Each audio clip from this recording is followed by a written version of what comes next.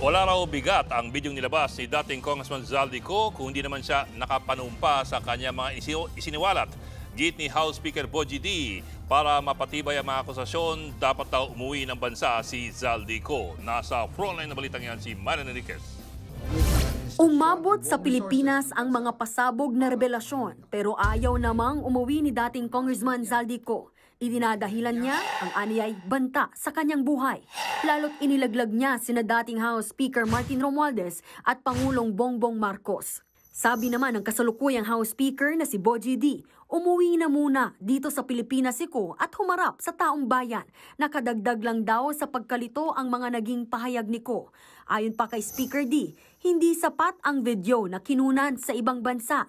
Kapag mabigat daw ang paratang, dapat mas mabigat ang paninindigan. Paanong bibigat? Manumpa si Ko at ilahad ulit ang kanyang mga sinabi at higit sa lahat, magpakita ng mga ebidensya sa Independent Commission for Infrastructure o ICI. Handa raw si Speaker D na makipag-ugnayan sa mga ahensya ng gobyerno para masiguro ang kaligtasan ni Ko sakaling umuwi siya. Pati si Ombudsman Boying Remulla handang bigyan ng proteksyon si Ko para lang makauwi at makapanumpa. If you really want to tell the truth, we will protect him.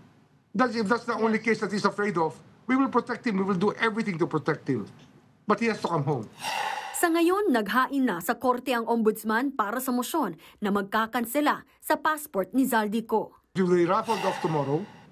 And after the raffle, the court itself will have to rule on whether to issue a warrant of arrest and to whether or not to cancel his passport. Nagbabalita mula sa Frontline, Marian Enriquez, News 5. Mga kapatid, Ed Lingaw po, maging maalam at may pakialam sa mga napapanahong balita sa ating bansa. Para sa mas malilimang pagtalakay at paghimay sa mga issue at headlines, mag-follow at mag-subscribe sa social media pages ng News 5.